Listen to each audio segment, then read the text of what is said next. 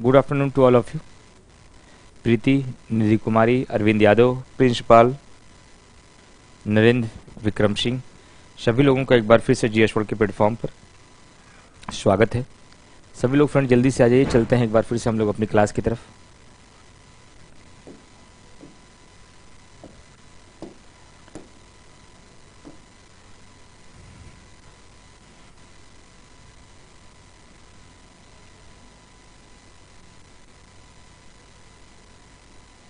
चलिए जरा एक बार कमेंट करके सर बताइए, कल लास्ट पॉइंट हम लोग का क्या डिस्कस हुआ था। सबसे लास्ट पॉइंट कल आप लोगों ने क्या पढ़ा था। अनिल कुमार, प्रीति, नोट्स देखिए अपना, चेक करिए कि सबसे लास्ट पॉइंट क्या रहा आपका, कौन से टॉपिक को आपने देखा था। अविश्वास विभिन्न प्रकार के प्रस्ताव आपके समाप्त हो चुके थे।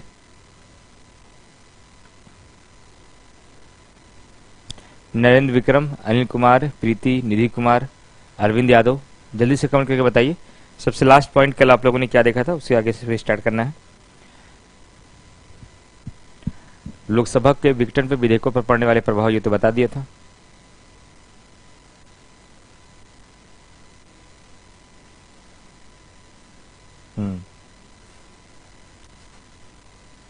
विभिन्न प्रकार की एक निधियां बतानी है।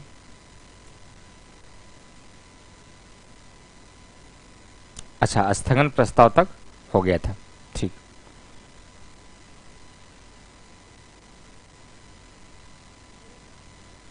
लोकसभा के विघटन होने पर विधेयक पर पड़ने वाले प्रभाव ये समझा दिया था ना, ये हो गया था। उसके बाद स्थगन प्रस्ताव भी हो गया था, मतलब पूरा प्रस्ताव विभिन्न प्रकार के हो गया था। तो आज मुझे जो पढ़ाना है, समझ गए, आज मुझे पढ़ाना है दो टॉपिक, विभिन्न प्रकार की निधियां, विभिन्न प्रकार की निधियां और संसदीय समितियां, संसदीय समितियां और संसद, लोकसभा एवं राज्यसभा का अनन्य अधिकार है। ये होने के बाद तब हम लोग आएंगे विधानसभा और विधान परिषद में ना। चलिए, तो सबसे पहले हेडिंग बनाइए आज के सेशन में, विभिन्न प्रकार की निधियां, डिफरेंट काइंड्स ऑफ फंड्स।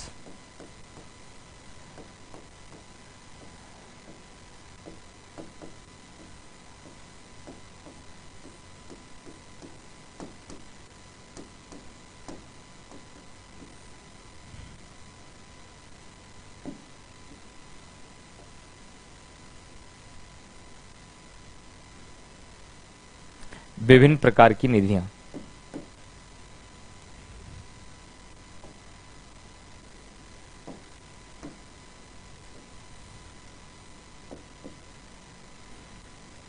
पहला भारत की संचित निधि,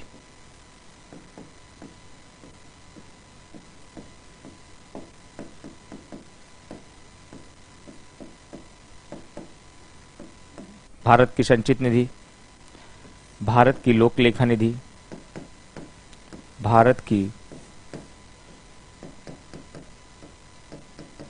लोक लेखा निधि और भारत की आकस्मिक निधि, भारत की आकस्मिक निधि।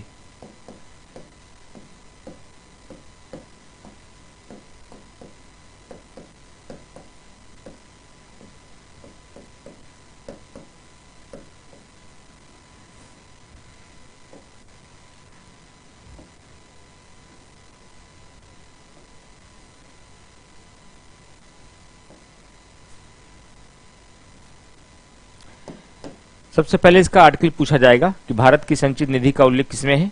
अनुच्छेद 366 में है, अनुच्छेद 366 में है, सॉरी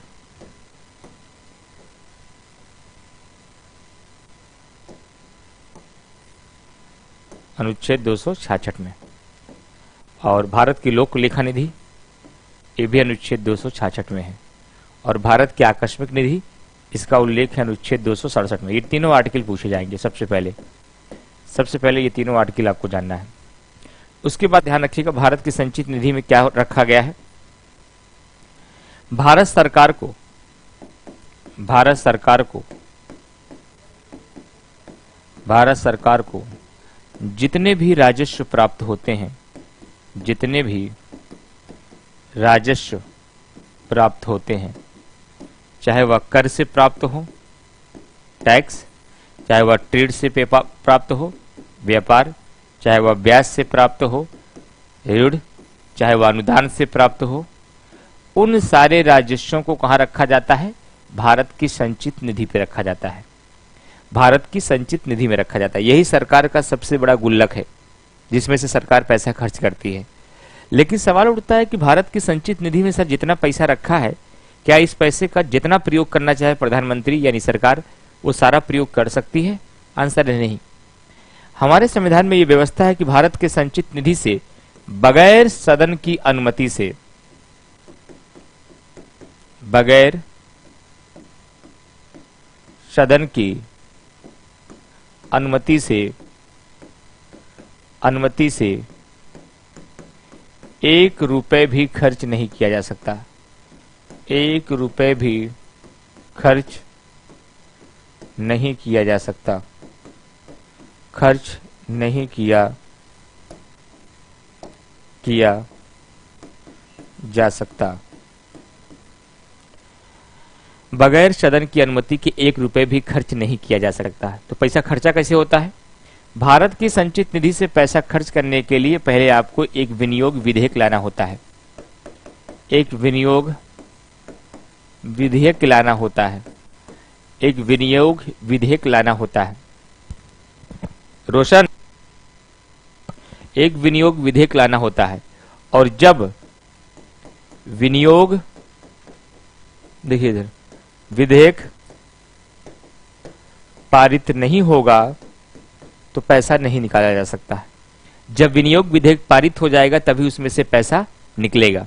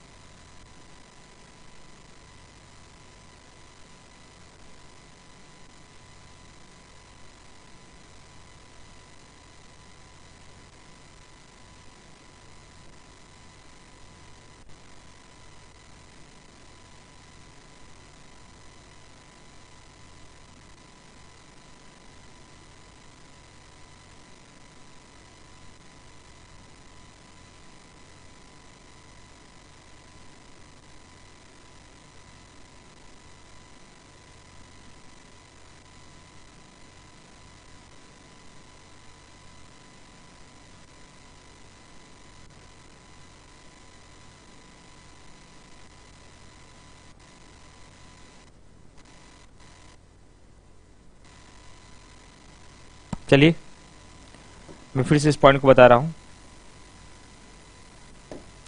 तो मैंने कहा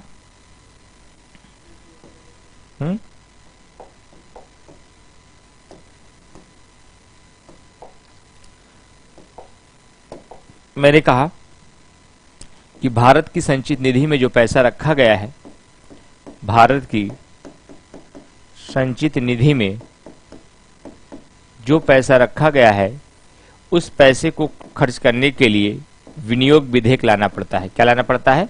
विनियोग विधेयक लाना पड़ता है। और ये विनियोग विधेयक जब पारित हो जाएगा, विनियोग विधेयक जब पारित हो जाएगा, विनियोग विधेयक जब पारित हो जाएगा तब उसके पश्चात क्या होता है?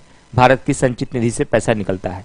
लेकिन एक बात और ध्यान रखनी है, भारत की संचित निधि से 2 प्रकार के पैसे खर्च होते हैं। एक सदन की अनुमति के बाद, एक सदन की अनुमति के बाद और एक सदन की अनुमति के बिना। सदन की अनुमति के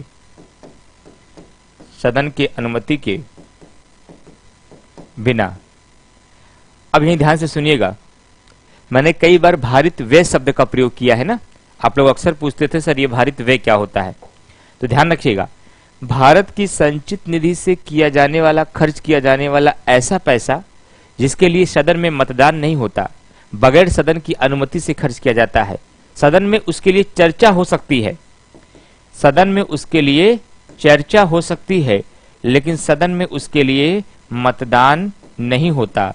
और भारत के संचित निधि से खर्च किया जाने वाला ऐसा पैसा जिसके लिए सदन में चर्चा नहीं होती, उसे क्या कहा जाता है? उसी व्यय और उसी खर्च को भारित व्यय कहा जाता है।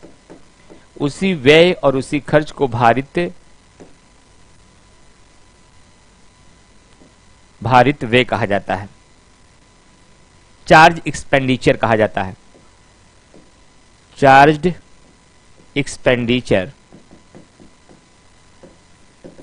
एक्सपेंडिचर कहा जाता है। और आपको मैंने बताया था सर्वोच्च न्यायालय और उच्च न्यायालय के न्यायाधीशों पर जो वेतन मिलता है वो भारित व्यय है। सीएजी को मिलने वाला वेतन भारित व्यय है, स्पीकर को मिलने वाला वेतन भारित व्यय है। तो कभी परीक्षा में सवाल आ सकता है कि निम्नलिखित में से भारित व्यय का क्या अर्थ है?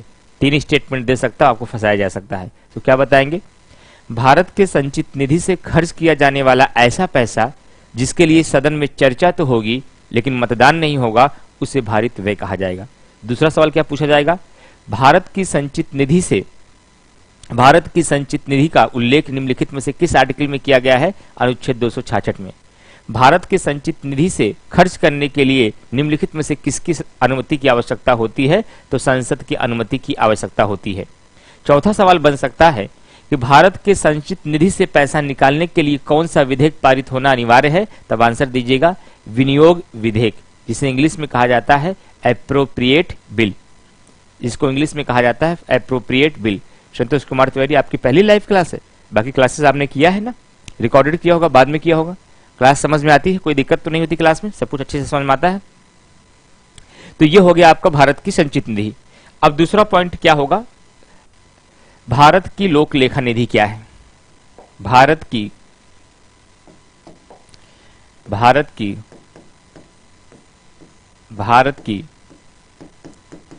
लोक लेखा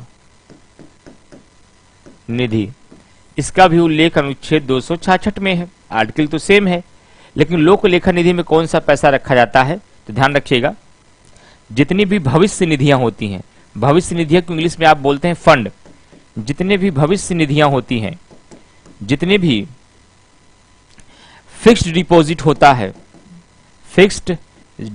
होता है,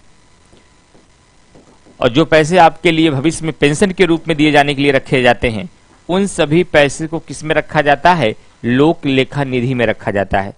तो आपको हमसे सवाल पूछना चाहिए कि सर जैसे आपने बताया कि भारत की संचित निधि से कोई पैसा खर्च करने के लिए सदन की अनुमति आवश्यक है, तो मैं आपसे ये पूछना चाहता हूं कि लोक लेखा निधि में जो पैसा रखा हुआ है, यदि सरकार इन पैसे को खर्च करना चाहे तो क्या इन पैसे को खर्च करने के लिए भी सदन की अनुमति आवश्यक है? आंसर है नो।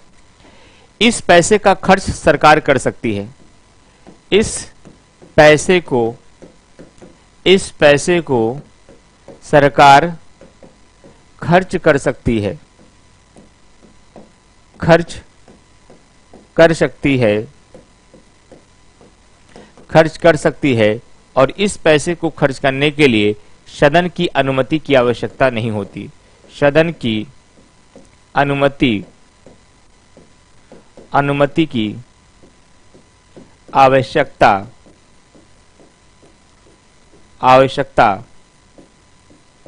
नहीं होती।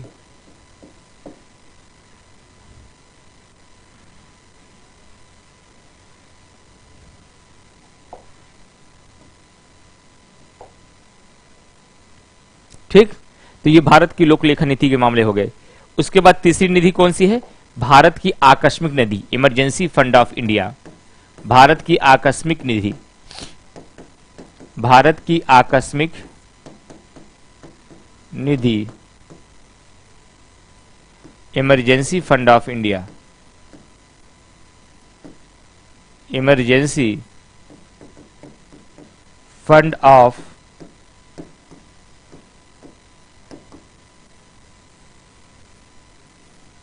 इंडिया, इसका उल्लेख किया गया है अनुच्छेद 267 में। इसका उल्लेख किया गया है अनुच्छेद 267 में। यही पीसीएस 2022 में सवाल पूछा गया था, 21 में, पीसीएस 2021 में सवाल पूछा गया था। अगर वो राज्य की संचित निधि से है तो वो अलग अलग उसके आयोग बनाए जाते हैं ना, ये संवैधानिक पदाधिकारियों को मिलने वाला वेतन होता है। उसके बाद अलग अलग विभाग होते, वो विभाग उनको वेतन देता है, वो डिपार्टमेंट देता है, ये निधि नहीं। ये भारत के कामकाज के लिए वाली निधि है, जो सरकार चलती है, जो सरकार कामकाज करती है, उसकी निधि है सचिन शर्मा।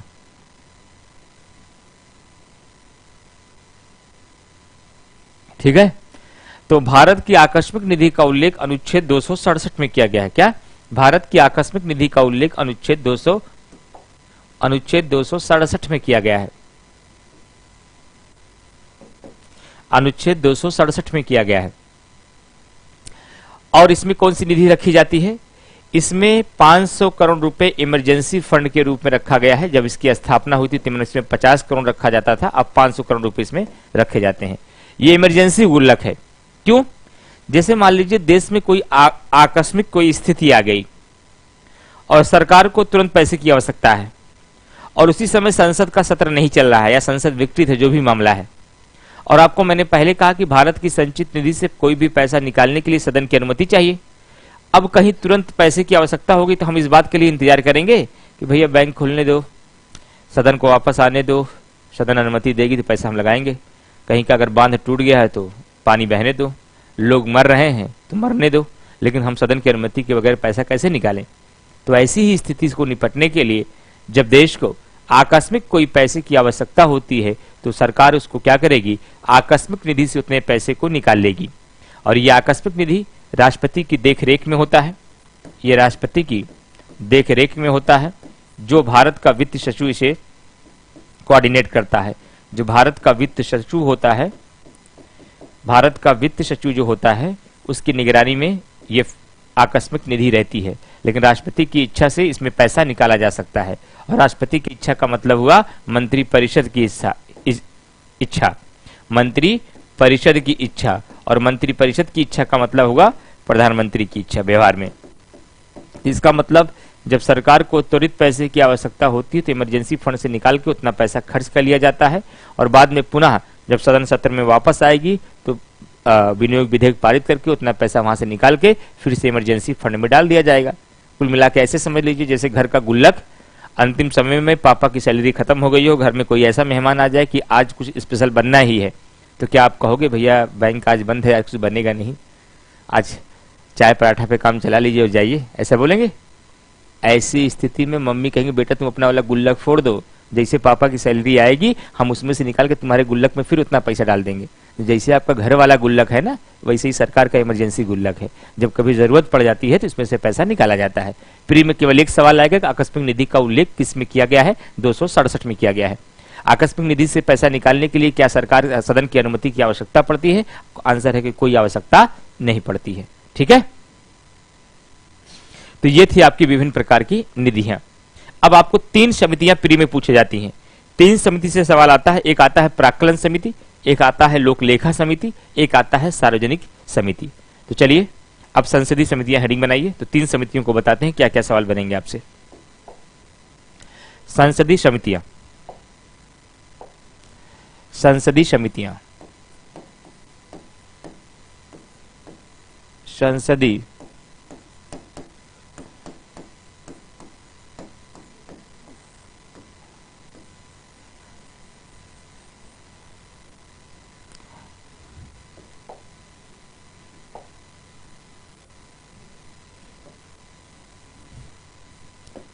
एक होती है प्राक्कलन समिति,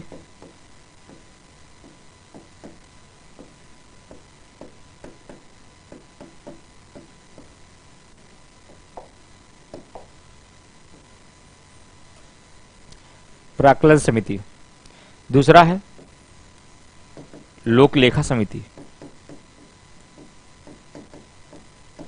लोक लेखा समिति। और तीसरा है सार्वजनिक उपकरण समिति, सार्वजनिक उपक्रम समिति।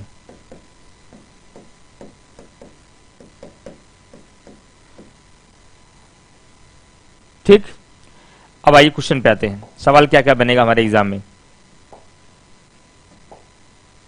पहला देखिए, पहला पूछा जाएगा कि प्राक्कलन समिति का गठन कब हुआ। गठन कब हुआ, तो आंसर क्या देंगे, 1950 में हुआ। दूसरा सवाल पूछा जाएगा, प्राक्कलन समिति का गठन किसकी सिफारिश पर किया गया। किसकी सिफारिश पर किया गया, किसकी सिफारिश पे किया गया, तो जॉन मथाई की सिफारिश पर, जॉन मथाई की सिफारिश पर प्राक्कलन समिति का गठन किया गया। ठीक, यह अस्थाई समिति है कि अस्थाई, यह एक अस्थाई समिति है, इसका मतलब होता है प्रत्येक वर्ष इसका गठन होता है, अस्थाई समिति है। और साथ ही साथ यह सबसे बड़ी संसदीय समिति मानी जाती है, सबसे बड़ी संसदीय, सबसे बड़ी संसदीय समिति मानी जाती है, सबसे बड़ी संसदीय समिति मानी जाती है, सबसे बड़ी संसदीय समिति मानी जाती है। और उसके अलावा इसकी संरचना क्या है, इसकी संरचना क्या है, संरचना इसकी यही है कि इसमें कुल 30 सदस्य होते हैं, कुल 30 सदस्य होते हैं।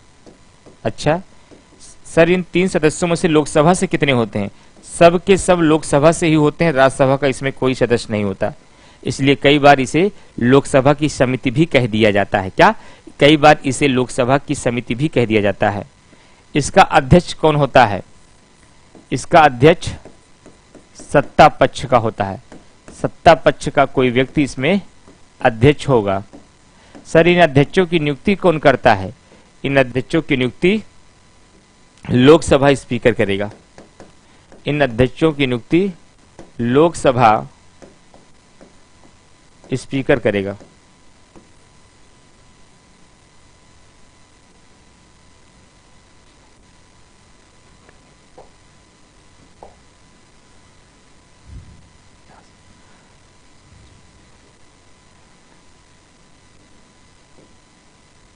ठीक, अब लोक लेखा समिति को देखिए। लोक लेखा समिति का गठन कब हुआ, लोक लेखा समिति की बात करें, इसका गठन भारत शासन अधिनियम 1935 के माध्यम से, क्या, भारत शासन अधिनियम, भारत शासन अधिनियम 1935 के माध्यम से, सॉरी, भारत शासन अधिनियम 1919 के माध्यम से 1921 में हुआ। कब हुआ, 1921 में। अधिनियम कौन सा है, भारत शासन अधिनियम 1919। गठन कब हुआ है, 1921 में। क्या, 1921 में गठन हुआ है। दूसरी बात,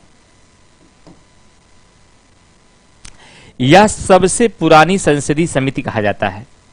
लोक लेखा समिति को सबसे पुरानी संसदीय समिति कहा जाता है, सबसे पुरानी संसदीय समिति कहा जाता है, कहा जाता है। सर, क्या यह भी अस्थाई समिति है? बिल्कुल, यह भी एक अस्थाई समिति है। सर, ये बताइए कि लोक लेखा समिति की संरचना कैसी होती है। संरचना मतलब कुल सदस्य कितने होते हैं इसमें। अगर आप ये जानना चाहते हैं कि लोक लेखा समिति में कुल सदस्यों की संख्या कितनी होती है, 22 होती है, जो मैं आपको नियंत्रक एवं महालेखा परीक्षक में पढ़ा चुका हूं। लेकिन इस 22 का बंटवारा कैसे होता है? क्या प्राक्कलन समिति की तरह सभी सदस्य लोकसभा के होते हैं? नहीं, 15 सदस्य इसमें लोकसभा से होंगे और 7 सदस्य इसमें राज्यसभा से होंगे। और इसी लोक लेखा समिति को प्राक्कलन समिति की जुड़वा बहन भी कहा जाता है। लोक लेखा समिति को, लोक लेखा समिति को प्राक्कलन समिति का, प्राक्कलन समिति का जुड़वा बहन कहा जाता है। इतने क्वेश्चन आपके लोक लेखा समिति से, सारे ये प्री के सवाल है, बार बार पूछे जाने वाले सवाल हैं, हर सवाल पर आपकी नजर होनी चाहिए। अभी मैं फिर से एक बार रिपीट करा दूंगा। उसके बाद सार्वजनिक उपक्रम समिति में कोई खास बात नहीं होती, इसमें केवल 2 पॉइंट आपके एग्जाम में पूछे जाएंगे। सार्वजनिक उपक्रम समिति में सबसे पहला सवाल ये पूछा जाता है कि इसका गठन कब किया गया, तो इसका आंसर दीजिएगा 1964 में इसका गठन किया गया। दूसरा सवाल पूछा जा सकता है कि किस समिति की सिफारिश के बाद सार्वजनिक उपक्रम समिति का गठन किया गया है, तो ध्यान रखिएगा कृष्ण मेनन, क्या नाम है, कृष्ण मेनन समिति की सिफारिश के बाद, कृष्ण मेनन की सिफारिश के पश्चात सार्वजनिक उपक्रम समिति का गठन 1964 में किया गया था। इसमें कुल सदस्यों की संख्या कितनी होती है, इसमें कुल सदस्यों की संख्या कितनी होती है, कुल सदस्यों की संख्या इसमें 22 होती है। और लोक लेखा समिति की तरह 15 सदस्य इसमें लोकसभा से होते हैं और 7 सदस्य इसमें राज्यसभा से होते हैं। ये 3 समितियों से ये 7, 8, 9 सवाल बनते हैं। जितने भी सवाल आज तक पीसीएस से लेकर समीक्षा अधिकारी, खंड शिक्षा अधिकारी, जहां भी क्वेश्चन पूछे गए उन सारे सवालों को मैंने कवर कर दिया। तो ये समितियों से संबंधित प्री में जो सवाल पूछा जाता है, ये 3 सवाल आपसे बनते हैं। एक प्राक्कलन समिति से बनता है, एक लोक लेखा समिति से बनता है और एक सार्वजनिक उपक्रम समिति से बनता है। ठीक है, मैं फिर से एक बार बोल देता हूं, मैं किनारे हट जा रहा हूं, सारे पॉइंट्स को आप लोग नोट कर लीजिए और जो जो मैं पॉइंट्स बोल रहा हूं उस पर फोकस करिएगा, स्टार लगाइएगा, क्वेश्चन वैसे ही पूछा जाएगा। प्राक्कलन समिति और लोक लेखा समिति से क्वेश्चन बनने की ज्यादा संभावना है। सार्वजनिक उपक्रम समिति से प्रायः सवाल नहीं आता, लेकिन फिर भी जानते रहिए। प्राक्कलन समिति के लेकर के पहली बात ध्यान रखना है कि इसका गठन 1950 में हुआ है, जॉन मथाई की सिफारिश पे हुआ है। यह सबसे बड़ी संसदीय समिति मानी जाती है और इसमें सभी सदस्य लोकसभा के होते हैं। टोटल सदस्यों की संख्या इसमें 30 होती है और 30 के 30 सदस्य लोकसभा से होते हैं, इसलिए इसे लोकसभा की समिति भी कई बार कह दिया जाता है। इसका जो अध्यक्ष होगा वो सत्ता पद से होगा। लेकिन एक बात का और ध्यान रखिएगा, लोक लेखा समिति में आप नोट करिए, मैं बोल रहा हूं, एक पॉइंट और नोट करिएगा, लोक लेखा समिति में, लोक लेखा समिति का जो अध्यक्ष होता है हमेशा विपक्ष का होता है। ये मैं सीएजी पढ़ाते समय भी बताया था आपको कि लोक लेखा समिति का जो अध्यक्ष होगा वह हमेशा विपक्ष का होगा, एक बात। दूसरी बात ये और ध्यान रखिएगा कि लोक लेखा समिति में मंत्री परिषद का कोई सदस्य शामिल नहीं होगा। क्या वहां लिखवा दिए हैं, दोबारा लिखवा रहे, समझिए, लोक लेखा समिति में मंत्री परिषद का कोई भी सदस्य शामिल नहीं होगा, इसको भी ध्यान रखना है आपको। और लोक लेखा समिति को प्राक्कलन समिति की जुड़वा बहन कहा जाता है। इसमें कुल सदस्यों की संख्या 22 होती है, 15 इसमें लोकसभा से होते हैं और 7 इसमें राज्यसभा से होते हैं। ये तीनों पॉइंट नोट करके ओके बोलिए, फिर मैं आपको बताता हूं। लोकसभा, राज्यसभा और संसद का अनन्य अधिकार।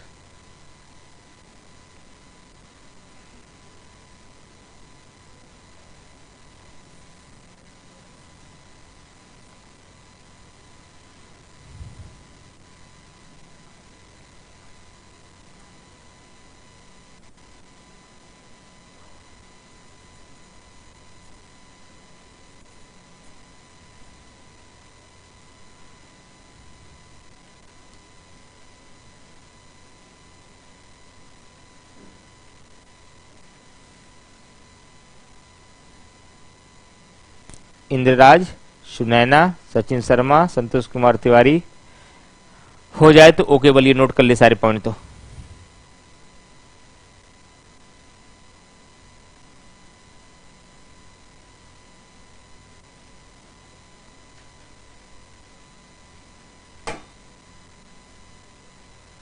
चले बढ़ाया क्या जी, चलिए हेडिंग बनाइए, संसद, लोकसभा एवं राज्यसभा का अनन्य अधिकार।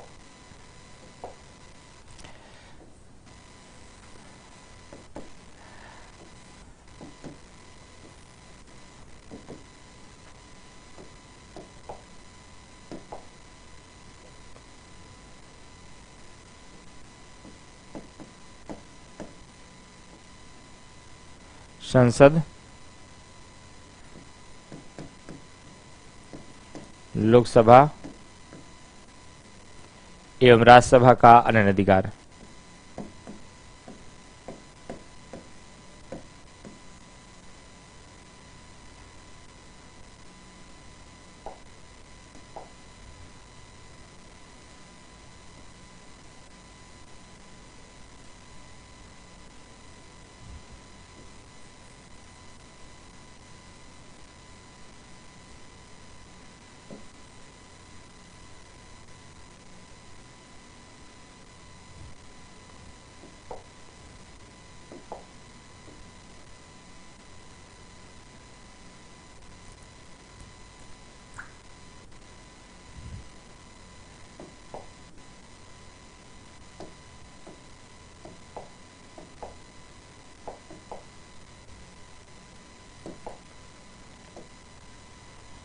चलिए, संसद का अनन्य अधिकार क्या है? सर सबसे पहले हम तो अनन्य अधिकार नहीं समझ पा रहे, अनन्य अधिकार होता क्या है?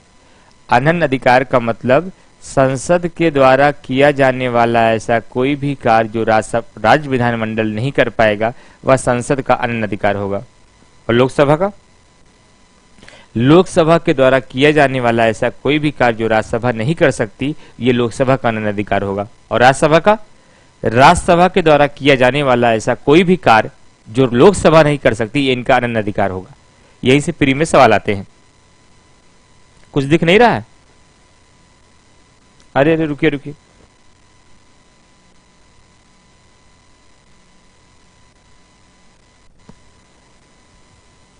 वेट करिए वेट करिए वेट करिए वेट करिए। गौरव कुमार गौतम कमेंट देख रहे हैं। देखिए बच्चे कह रहे हैं कि कुछ वीडियो दिख नहीं रहा है।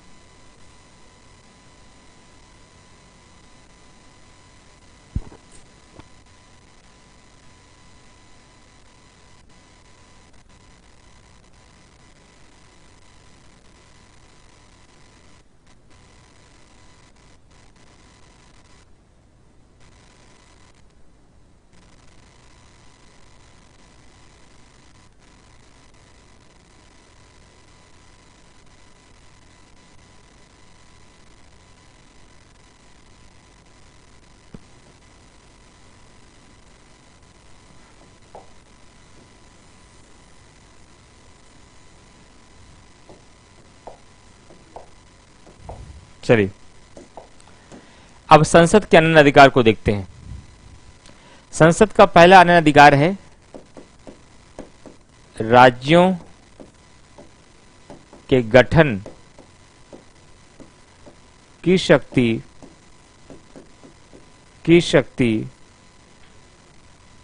केवल संसद के पास है, राज्य विधानमंडल के पास नहीं है। राज्य विधानमंडल के पास नहीं है राज्यों के गठन की शक्ति। साथ ही साथ विधान परिषद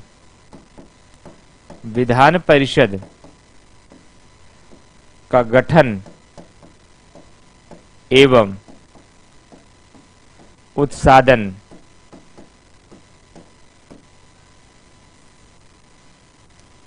विधान परिषद का गठन एवं उत्सादन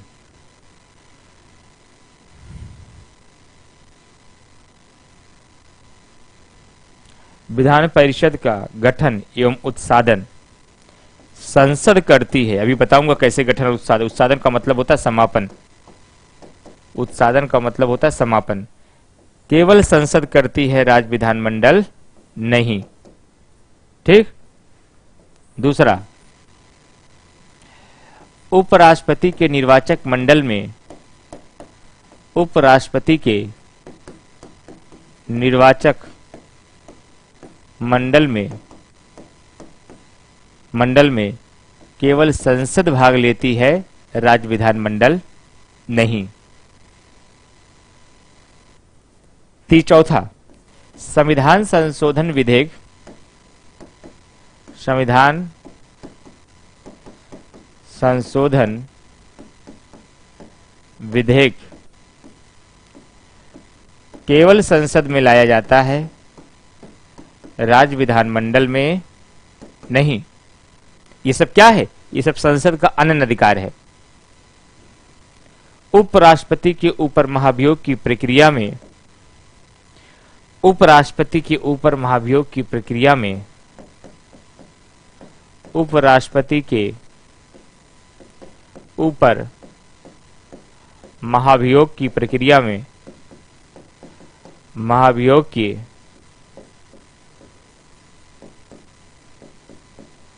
प्रक्रिया में केवल संसद भाग लेती है, राज्य विधानमंडल नहीं। केवल संसद भाग लेती है, केवल संसद भाग लेती है, राज्य विधानमंडल नहीं। राज्य विधानमंडल नहीं। ये सब संसद के अनन्य अधिकार के रूप में या तुलनात्मक रूप से सवाल पूछा जाएगा। देखिए आपने पूछा, कमेंट अभी देख रहा हूं, मैंने उससे पहले ही बता दिया ना। मुझे पता था उत्सादन बोलते ही तुरंत आप यही सवाल करेंगे कि उत्सादन का मतलब क्या होता है। अभी विधान परिषद पढ़ाते वक्त और भी विस्तार से बताऊंगा, लेकिन वहां पूछने से पहले ही मैंने बता दिया है समापन होता। मुझे पता था उत्साधन शब्द गया नहीं, तुरंत इसका मतलब पूछा जाएगा, इसलिए मैंने मतलब बता दिया था। और वैसे भी इसको विधान परिषद में भी डिटेल में बताएंगे कैसे उत्साधन होता है। चलिए अब बात करें कि लोकसभा का अनन्य अधिकार क्या है। लोकसभा का अनन्य अधिकार यह है कि संपूर्ण मंत्रि परिषद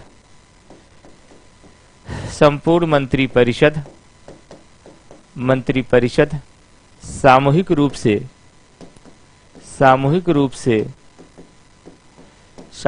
से लोकसभा के प्रति उत्तरदायी होती है, लोकसभा के प्रति उत्तरदायी होती है, न कि राज्यसभा के। उसके बाद अविश्वास प्रस्ताव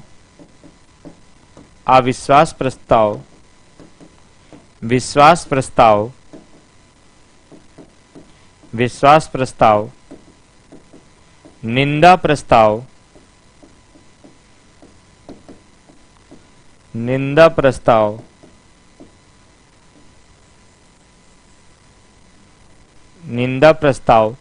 केवल लोकसभा में लाया जाता है, राज्यसभा में नहीं। केवल लोकसभा में लाया जाता है,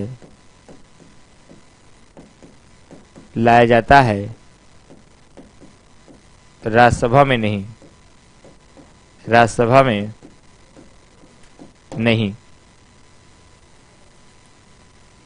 और उसके अलावा देश में यदि राष्ट्रीय आपात लगा हो, जो आपको पढ़ाया जा चुका है, देश में अगर राष्ट्रीय आपात लगा हो तो इस राष्ट्रीय आपात को केवल लोकसभा समाप्त कर सकती है, राज्यसभा नहीं। केवल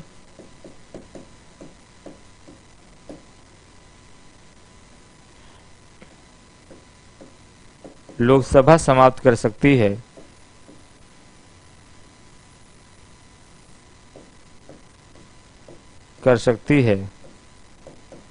राज्यसभा नहीं।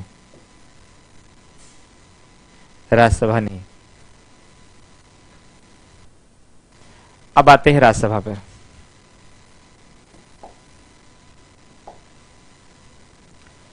अब राज्यसभा का अनन्य अधिकार क्या है? जो लोकसभा नहीं कर पाएगी वो राज्यसभा का अनन्य अधिकार होगा। जैसे उपराष्ट्रपति को हटाए जाने का संकल्प, उपराष्ट्रपति को हटाए जाने का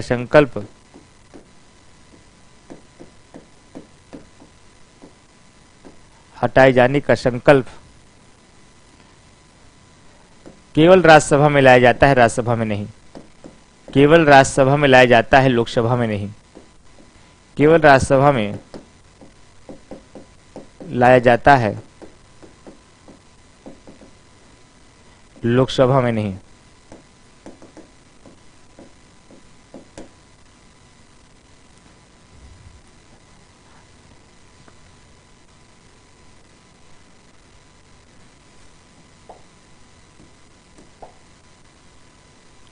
दूसरा, यदि राज्यसभा अनुच्छेद 249 के तहत ये प्रस्ताव पारित कर दे कि राज्य सूची का कोई विषय, क्या राज्य सूची का कोई विषय राष्ट्रीय महत्व का है, क्या है राष्ट्रीय महत्व का है, मतलब नेशनल इंपॉर्टेंस का है, तो वह विषय भले ही राज्य सूची का हो, स्टेट लिस्ट का हो, उस विषय के संबंध में भी कानून संसद बना सकती है। ये पावर केवल राज्यसभा के पास है, लोकसभा के पास नहीं है। यह आर्टिकल 249 आपके एग्जाम में पूछा जाता है, अनुच्छेद 249 आपके एग्जाम में पूछा जाता है, इसको ध्यान रखिएगा। चलिए, इसके अलावा एक अंतिम बात जहां पे ये टॉपिक समाप्त हो जाएगा। राज्यसभा एक काम और ऐसा करते हैं जो लोकसभा नहीं कर सकती। क्या? राज्यसभा अनुच्छेद 312 के तहत, अनुच्छेद 312 के तहत प्रस्ताव पारित कर दे, विशेष बहुमत से प्रस्ताव पारित कर दे तो संसद एक अखिल भारतीय सेवा का सृजन करने के लिए परमिटेड हो जाती है। संसद एक ऑल इंडिया सर्विसेज की स्थापना कर सकती है। एक अखिल भारतीय सेवा का सृजन कर सकती है। और यह आर्टिकल अनुच्छेद 312 एक बार नहीं आपकी परीक्षा में कई बार पूछा गया है। एक बार नहीं आपकी परीक्षा में कई बार पूछा गया है। 249 को एक बार फिर से बोल दें।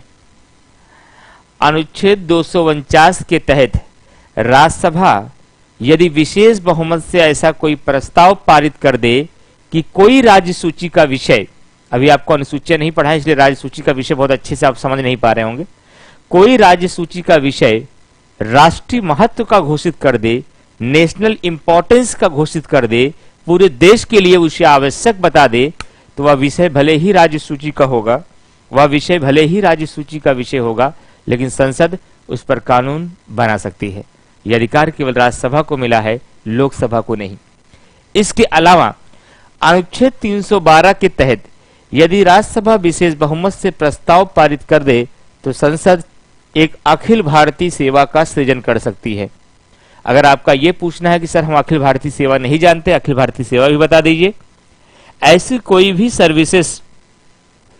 कोई भी सेवा जो केंद्र और राज्य दोनों के लिए होती है उसे अखिल भारतीय सेवा या ऑल इंडिया सर्विसेज कहा जाता है।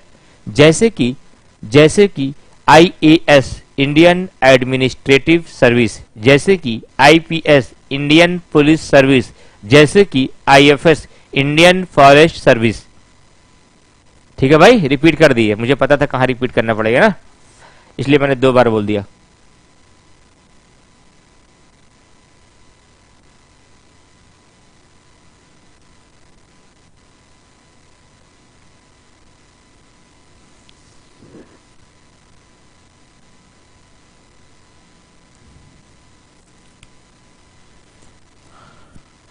नोट कर लीजिए, उसके बाद बताइए। फिर आपको सबसे अंतिम टॉपिक इसका बताएंगे, संसदीय विशेषाधिकार, सामूहिक विशेषाधिकार और व्यक्तिगत विशेषाधिकार।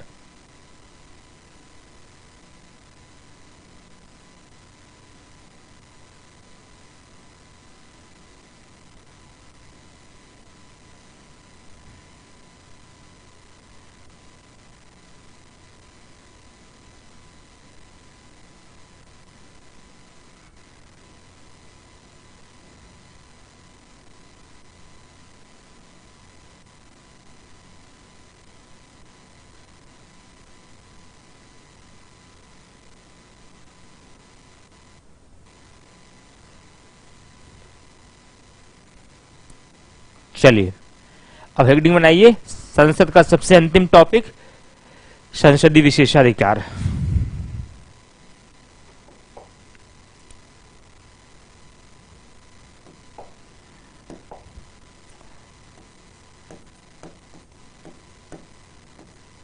संसदीय विशेषाधिकार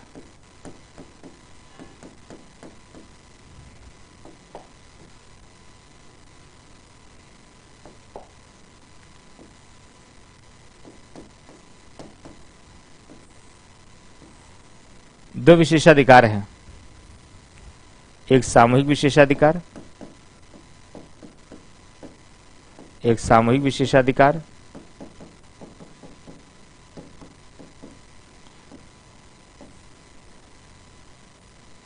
एक है व्यक्तिगत विशेषाधिकार।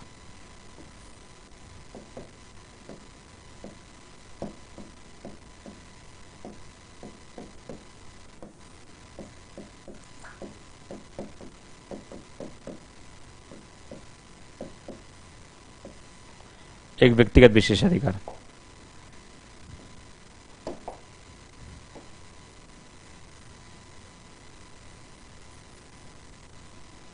एक सामूहिक विशेषाधिकार और एक है व्यक्तिगत विशेषाधिकार। सामूहिक विशेषाधिकार का मतलब यह होता है जो सभी संसद के सदस्यों को एक साथ प्राप्त है।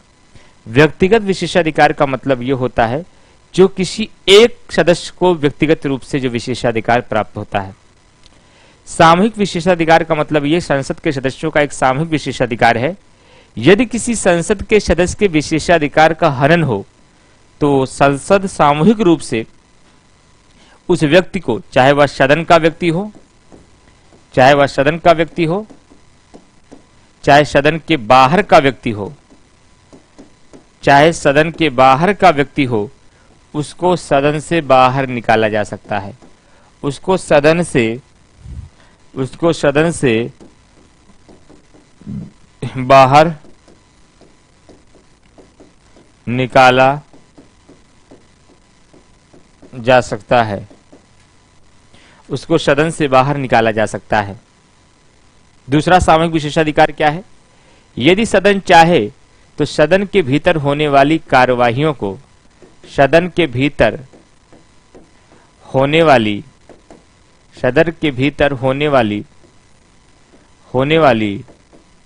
कार्यवाहियों, सदन के भीतर होने वाले कार्यवाहियों को प्रकाशित कर सकती है, को प्रकाशित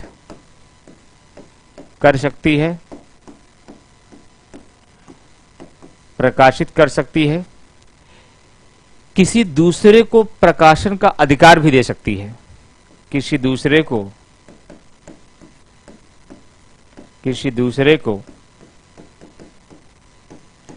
प्रकाशन का अधिकार दे सकती है। किसी दूसरे को प्रकाशन का अधिकार दे सकती है और किसी को प्रकाशन करने से मना भी कर सकती है। किसी दूसरे को प्रकाशन करने से मना भी कर सकती है। किसी दूसरे को प्रकाशन से मना भी कर सकती है। ये तीन बातें इसमें है, ध्यान रखिएगा। इन सब के अलावा सदन के भीतर किसी भी कार्यवाही को या किसी भी अनियमितता को लेकर अंतिम निर्णय लेने का अधिकार है। सदन के भीतर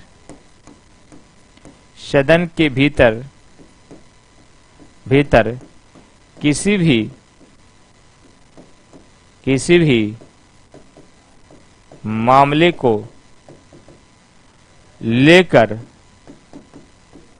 अंतिम निर्णय लेने का अधिकार है। अंतिम निर्णय लेने का अधिकार, अंतिम निर्णय लेने का अधिकार है।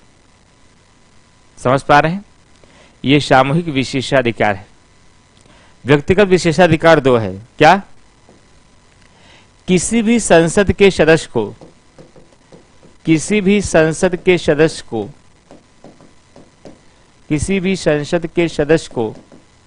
सदन के सत्र के समय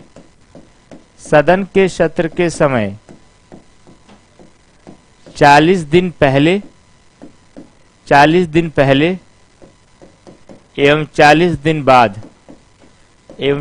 दिन बाद सिविल मामले में गिरफ्तार नहीं किया जा सकता। आपराधिक मामले नहीं, केवल सिविल मामले हैं इसमें। सिविल मामले में गिरफ्तार नहीं किया जा सकता। सिविल मामले में गिरफ्तार नहीं किया जा सकता।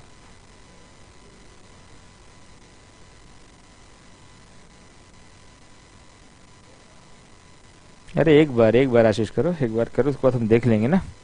कौन सा पॉइंट? इस संसदीय विशेषाधिकार का पहला पॉइंट, संसद को सामूहिक रूप से इस बात का अधिकार है अगर किसी भी व्यक्ति के संसद के भीतर उसके विशेषाधिकार का हनन किया जाए तो चाहे वह सदन का सदस्य हो और चाहे वह सदन के बाहर का कोई सदस्य हो, उसे सदन के बाहर निकाला जा सकता है। इतना ही नहीं, उसे दंड देने का भी अधिकार है। यह संसद का सामूहिक विशेषाधिकार है। ठीक है,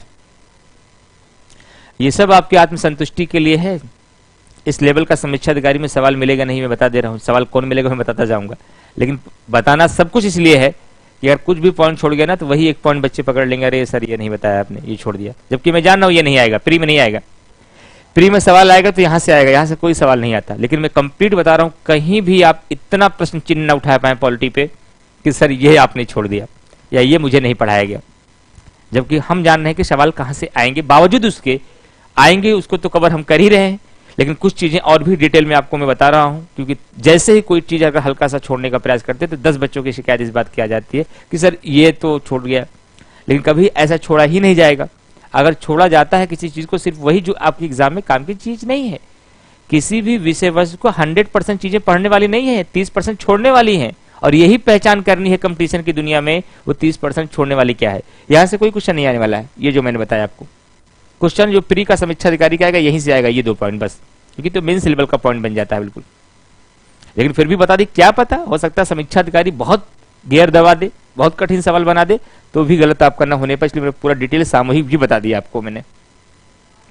व्यक्तिगत विशेषाधिकार में पहला अधिकार यह है कि सदन के सत्र के समय 40 दिन पहले 40 दिन बाद किसी भी संसद के सदस्य को सिविल मामलों में गिरफ्तारी से मुक्ति होगी।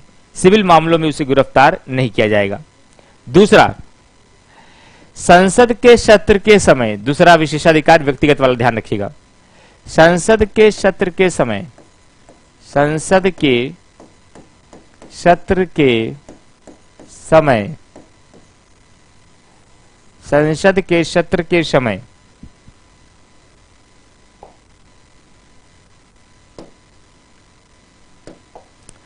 संसद के सत्र के समय बगैर सदन के अनुमति को किसी भी व्यक्ति को गवाही के लिए नहीं बुलाया जा सकता। फिर से बोल रहा हूं, सुनिए आराम से। मैंने कहा कि संसद के सत्र के समय, क्या संसद के सत्र, सत्र मतलब सेशन चल रहा हो, सत्र क्या होता है बता दिए आपको।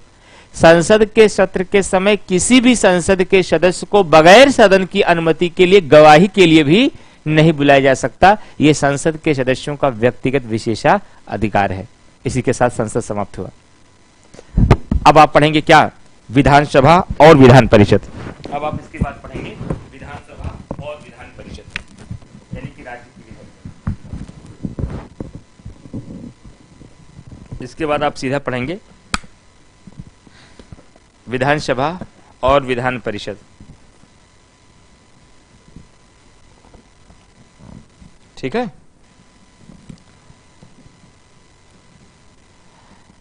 चलिए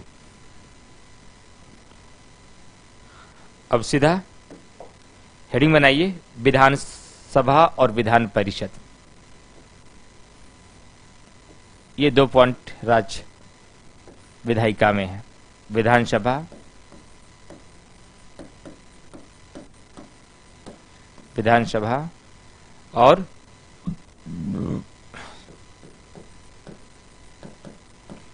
विधान परिषद।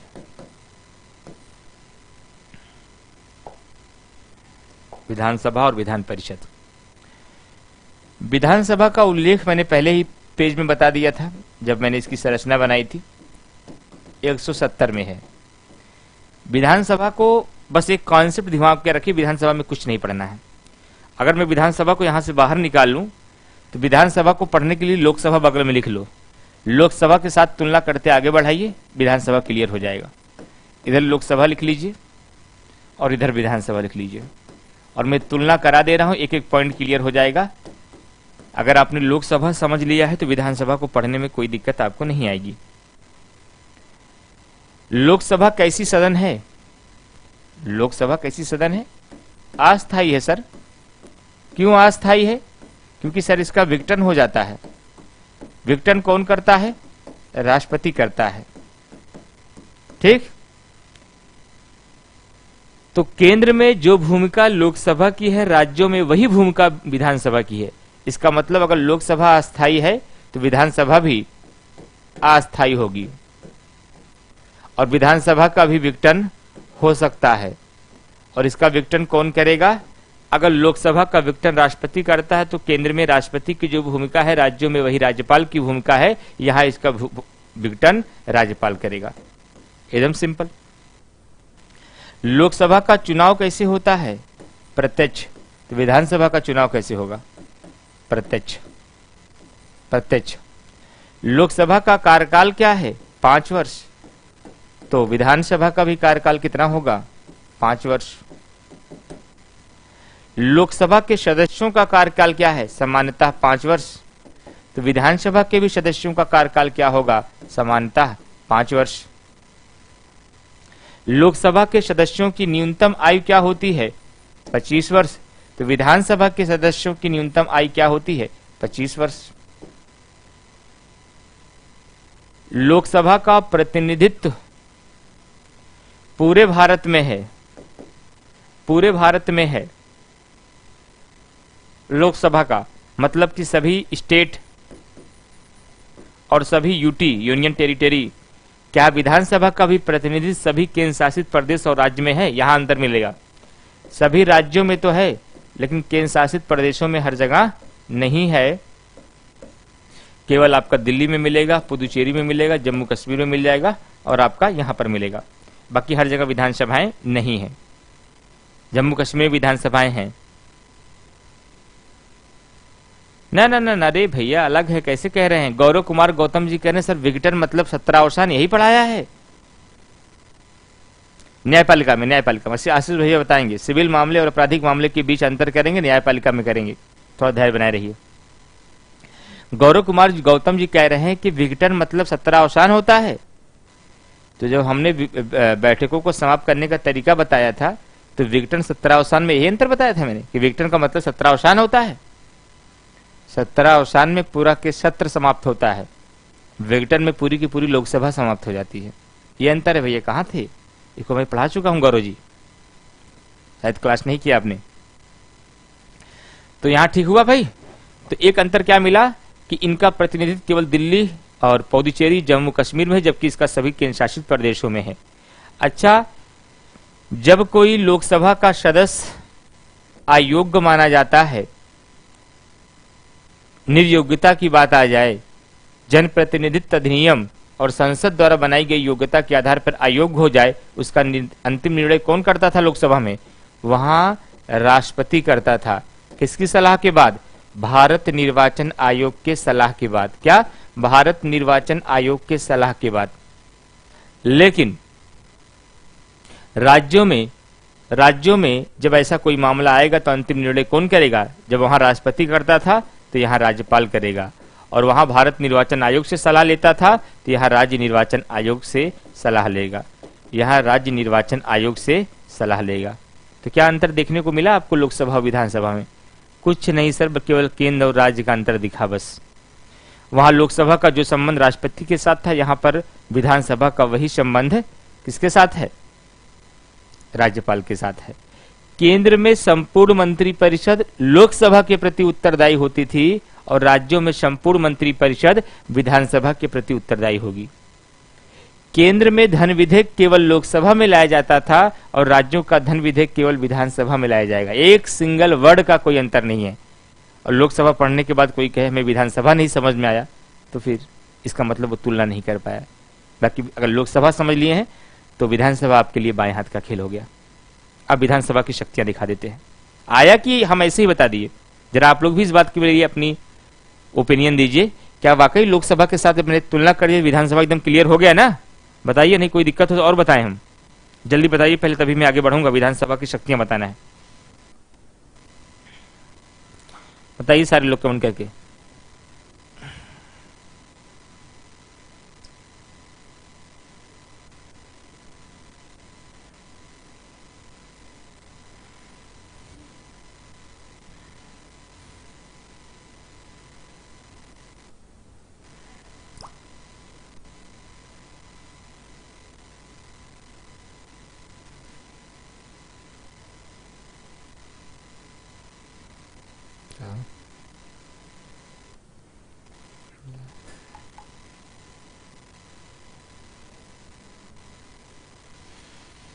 चले बता दीजिए, बताएंगे वहाँ पे ऑफलाइन? ऑफलाइन बता दिए हैं, मगर हम भी बता देंगे अभी। अच्छा, बता देते हैं क्लास को, याद दिला देना एक बार। चले।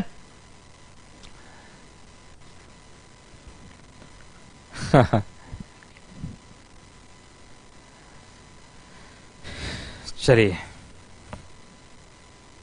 बहुत बढ़िया। अब हेडिंग बनाएंगे विधानसभा की कार्य एवं शक्तियां। विधानसभा के कार्य क्या क्या होंगे?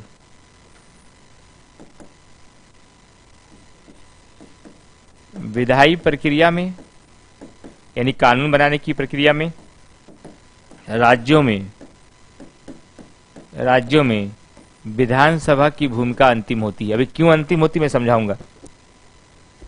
विधानसभा की अंतिम शक्ति होती है, विधानसभा की शक्ति अंतिम होती है। विधानसभा की शक्ति अंतिम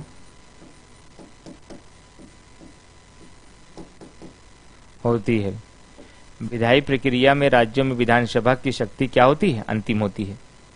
उसके अलावा विधानसभा राष्ट्रपति के निर्वाचक मंडल में भाग लेती है। राष्ट्रपति के निर्वाचक मंडल में भाग लेती है। राष्ट्रपति के निर्वाचक मंडल में भाग लेती है। राष्ट्रपति के निर्वाचक मंडल में भाग लेती है। और साथ ही साथ राज्यसभा में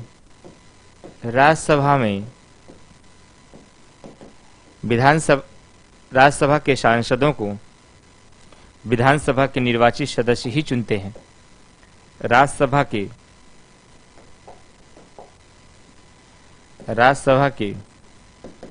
सांसदों को विधानसभा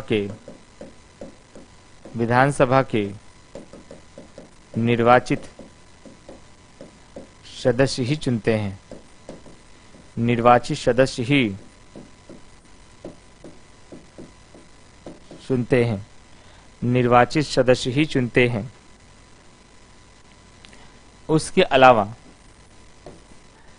यदि राज्य विधानमंडल में, यदि राज्य में विधान परिषदें भी मौजूद हैं, यदि उस राज्य में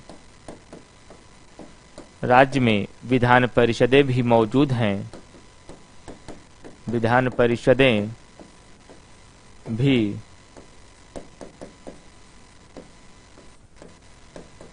मौजूद हैं, तो विधान परिषद में 1/3 सदस्यों को निर्वाचित करती है। तो विधान परिषद में विधानसभा 1/3 सदस्यों को निर्वाचित करती है। निर्वाचित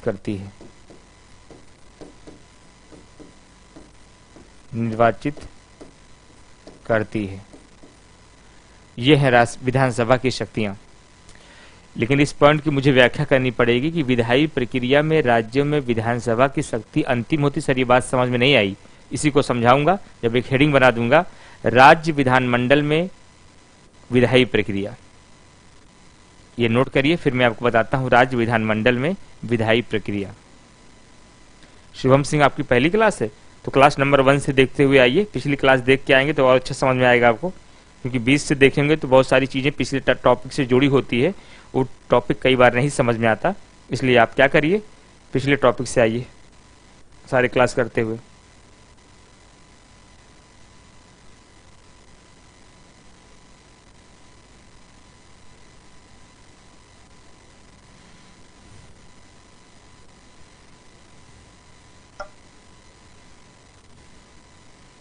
चलिए इसे नोट कर लिए, फिर राज्य विधानमंडल में विधायी प्रक्रिया पढ़ाते हैं आपको।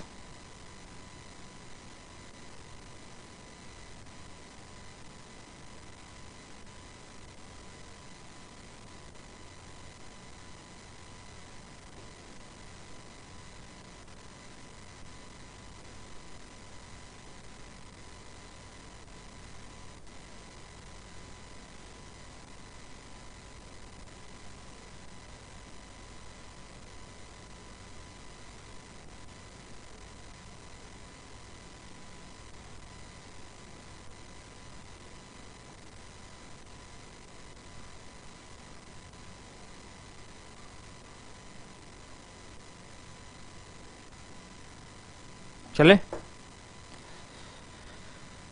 अगली हेडिंग बनाइए।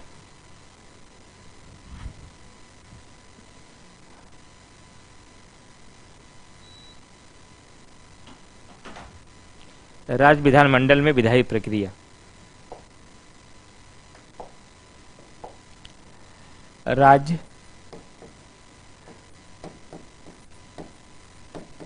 विधानमंडल में विधायी प्रक्रिया।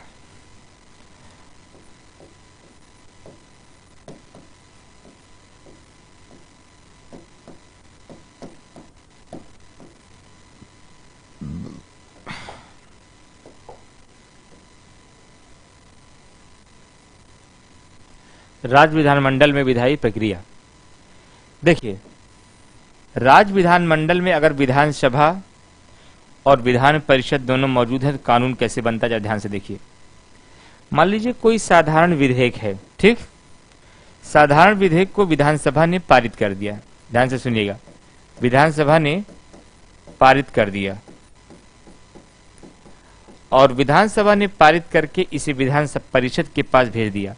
तो पहली बार विधानसभा परिषद क्या कर सकती है, इसे अस्वीकार कर सकती है, इसे अस्वीकार कर सकती है, नो।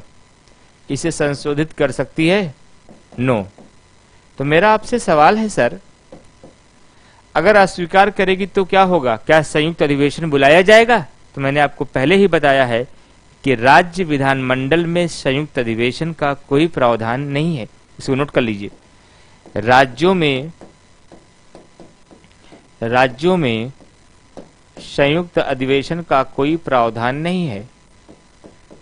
संयुक्त अधिवेशन का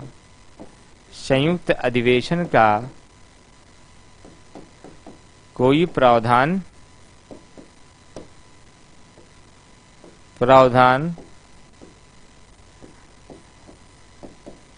नहीं है। राज्यों में संयुक्त अधिवेशन का कोई प्रावधान नहीं है।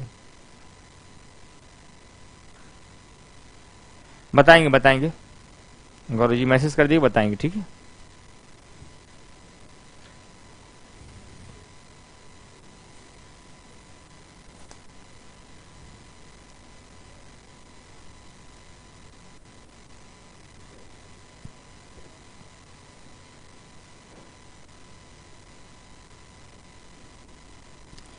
तो विधानसभा कोई विधेयक, साधारण विधेयक अगर पारित करके विधान परिषद के पास भेजे तो ये अगर अस्वीकार करेगी ना तो वह विधेयक उसी रूप में पारित मान लिया जाएगा जैसे विधानसभा ने पारित किया है। इसका मतलब अस्वीकार करने की शक्ति नहीं है और संयुक्त अधिवेशन का कोई प्रावधान नहीं है। इसीलिए मैंने वहां लिखा था कि राज्य विधानमंडल में कानून बनाने में अंतिम शक्ति किसके पास है, विधानसभा के पास है, ठीक है। और इसमें यह संशोधन भी नहीं कर सकती। तो क्या कर सकती है, पहली बार में अधिकतम 3 महीने अपने पास रोक सकती है। पहली बार में यह अधिकतम अपने पास 3 माह तक अपने पास 3 माह तक रोक सकती है। 3 माह तक रोक सकती है और 3 माह बाद यदि विधान परिषद ने विधानसभा को प्रस्ताव वापस भेज दिया और विधानसभा ने फिर से इसे विधान परिषद को भेज दिया तो विधान परिषद इसे दूसरी बार अपने पास अधिकतम कितने दिनों तक रोक सकती है, तो विधान परिषद इसे दूसरी बार अपने पास अधिकतम केवल 1 महीने तक रोक सकती है। 1 महीने तक रोक सकती है। इसलिए ये कहा जा सकता है कि राज्यों के भीतर विधान परिषद किसी साधारण विधेयक को अपने पास अधिकतम या कुल कितने दिनों तक रोक सकती है, 4 महीने। पहली बार कितने दिनों तक रोक सकती है, 3 महीने। दूसरी बार कितने दिनों तक रोक सकती है, 1 महीना। अगर कुल पूछा जाए तो 4 बताइएगा, पहली बार पूछा जाए 3 बताइएगा, दूसरी बार पूछा जाए 1 बताइएगा। अंतिम शक्ति विधानसभा के पास ही होगी। ये क्वेश्चन आपके एग्जाम में पूछा जा सकता है कि राज्य विधानमंडल के संबंध में यदि विधानसभा ने किसी प्रस्ताव को पारित करके इसे राज्यसभा के विधान परिषद के पास भेजा तो पहली बार विधान परिषद अपने पास इसे कितने दिनों तक रोक सकती है? तो इसका आंसर होगा कि 3 महीने तक रोक सकती है। दूसरी बार कितने दिनों तक रोक सकती है? तो इसका आंसर हो जाएगा 1 महीने तक रोक सकती है। कुल मिलाकर के विधान परिषद राज्य विधानसभा द्वारा पारित किसी विधेयक को कितने दिनों तक रोक सकती है? कुल मिलाकर 4 महीने तक। ये तो मामला सर साधारण विधेयक का हो गया।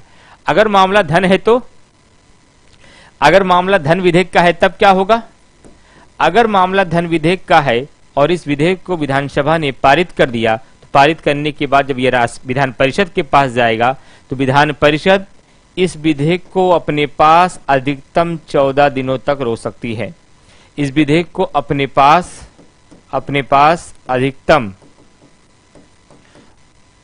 पास अधिकतम कितने दिनों तक?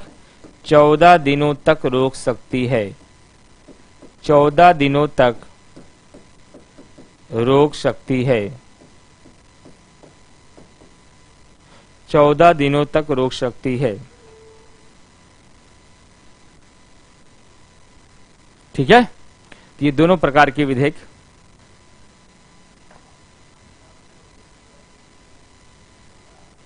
ठीक है। तो ये है राज्य विधानमंडल में। अब एक टॉपिक बचा है जो आज नहीं अब कल पढ़ाएंगे, क्योंकि वो टॉपिक थोड़ा सा जटिल है, दिमाग आपका चुका है थक।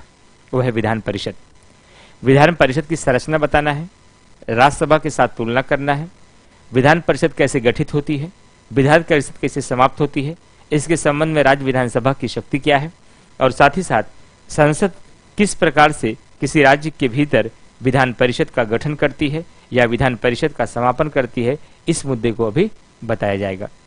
अब एक बार जरा चेक करिए मैंने क्या क्या आपको पढ़ा दिया। जरा चेक करिए कि आपको मैंने क्या क्या पढ़ा दिया। कल जैसे ही विधान परिषद समाप्त होगा ना, आपका 2 बड़े टॉपिक समाप्त हो जाएगा, जिसको आप कहते हैं कार्यपालिका, और ये कार्यपालिका भी आपकी समाप्त हो जाएगी, तो समाप्त हो ही गई है, और आपकी विधायिका भी समाप्त हो जाएगी। क्या? ये विधायिका भी समाप्त हो जाएगी। और कार्यपालिका में केवल केंद्र की कार्यपालिका नहीं, बल्कि केंद्र और राज्य की कार्यपालिका दोनों पूरी हो चुकी है। और विधायिका में भी कल आपका आधे घंटे के बाद, मतलब कल मतलब मंडे, कल तो संडे है शायद ना, राज्यों में भी ये क्या हो जाएगा? दोनों समाप्त हो जाएगा। फिर हम किसकी तरफ बढ़ेंगे? फिर हम बढ़ेंगे न्यायपालिका की तरफ। फिर क्या बढ़ाएंगे? पंचायती राज व्यवस्था बताएंगे। फिर क्या बताएंगे? अनुसूचियां, भाग, स्रोत, संविधान सभा का गठन, राज्यों का पुनर्गठन, नागरिकता पढ़ाएंगे। और उसके बाद फिर आपको मैं लेके आऊंगा प्रस्तावना, मूल अधिकार, निदेशक तत्व, मौलिक कर्तव्य, तब संवैधानिक और गैर संवैधानिक निकाय बता करके तब आपका कोर्स समाप्त होगा। बस जितना पढ़ाया जाए उतना प्रीवियस ईयर के क्वेश्चन के साथ आप सॉल्व करते रहिए। वीडियो को अगर एक बार में कोई टॉपिक कठिन लगे, न समझ पाए, आप पहली बार पॉलिटी पढ़ रहे हो, तो बहुत सारा बेसिक कई बार क्लियर नहीं होता है, तो एक बार की वीडियो में पूरी चीजें आपको नहीं समझ में आ पाती। तो एक बार में जितना गेन हो, जो रह जाए उसको दोबारा फिर से देखिए। लेकिन थोड़ा बहुत भी अपने से अगर पॉलिटी आपने पढ़ा होगा तो एक बार में ही सारी चीजें आपकी क्लियर हो जा रही होंगी। और इस टॉपिक को पढ़ने के बाद जब उससे संबंधित क्वेश्चन सॉल्व करेंगे, कल किसी बच्चे ने पूछा था कि सर यूथ की लें कि घटना चक्र, तो प्रीवियस ईयर के क्वेश्चन के लिए हमेशा आप घटना चक्र को प्रायोरिटी दीजिए। किसको देंगे? घटना चक्र को प्रायोरिटी दीजिए। ठीक है, केसेस अभी यहाँ नहीं आएंगे, केसेस मूल अधिकार में आएंगे। जब जहाँ केसेस आएगा वहां बताया जाएगा, सुमन मौर्य परेशान मत होइए। जहाँ के अभी क्या केस नहीं है, केस आपको तब बताया जाएगा जब उसी में आएगा। अभी मूल अधिकार पढ़ेंगे तो केस आएगा, प्रस्तावना पढ़ेंगे केस आएगा, नीति निदेशक तत्व पढ़ेंगे केस आएगा, तो वहीं पर केस आएगा। केशवानंद भारती केस, शंकरी प्रसाद केस, के गोपालन case, Minerva mills case, Sajjan Singh case, Vaman Rao case, सब आएगा, परेशान मत होइए। केस स्टडी नहीं पढ़ा, केस स्टडी एथिक्स में होता है, केस स्टडी पॉलिटी प्री में नहीं होता। किसने बताया केस स्टडी आती है? केसेस आते हैं, जो अलग अलग केस होते हैं, जहां उसकी आवश्यकता पड़ेगी बताया जाएगा।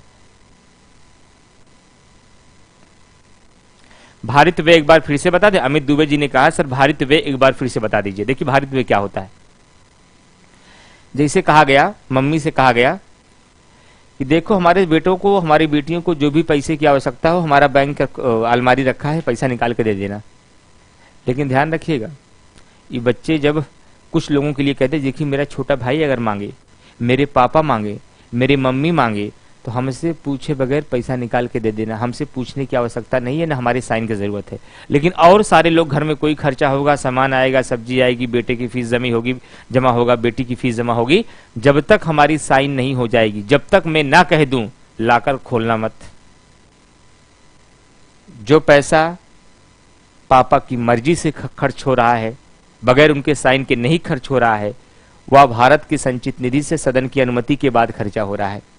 और जो पापा और मम्मी को किया जाने वाला खर्च है, उसके लिए पापा की अनुमति लेने की जरूरत नहीं है, उनको पैसा चाहिए तो दे दीजिए तुरंत। इसका मतलब सदन के भीतर से या भारत की संचित निधि से खर्च किया जाने वाला ऐसा पैसा जिसके लिए सदन में मतदान नहीं होता, विनियोग विधेयक पारित नहीं करना पड़ता, वैसे ही बगैर सदन की अनुमति से खर्च किया जाता है, ऐसे खर्चे को भारत की संचित निधि पर भारित व्यय घोषित किया जाता है। जैसे कि सर्वोच्च न्यायालय और उच्च न्यायालय के न्यायाधीशों को जो वेतन मिलता है, उसके लिए सदन की अनुमति की आवश्यकता नहीं होती, क्योंकि सर्वोच्च न्यायालय और उच्च न्यायालय के न्यायाधीशों को जो वेतन मिलता है वह भारत की संचित निधि पर भारित व्यय है। ऐसा इसलिए किया गया है ताकि उनकी स्वतंत्रता और निष्पक्षता बनी रहे। ठीक है अमित दुबे जी, समझ में आया?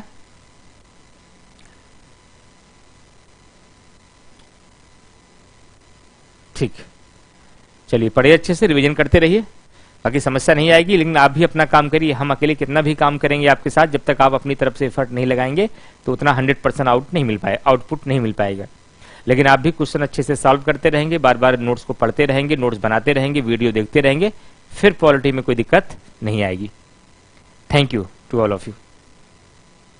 किसी को और कुछ पूछना हो? किसी को और कुछ पूछना हो?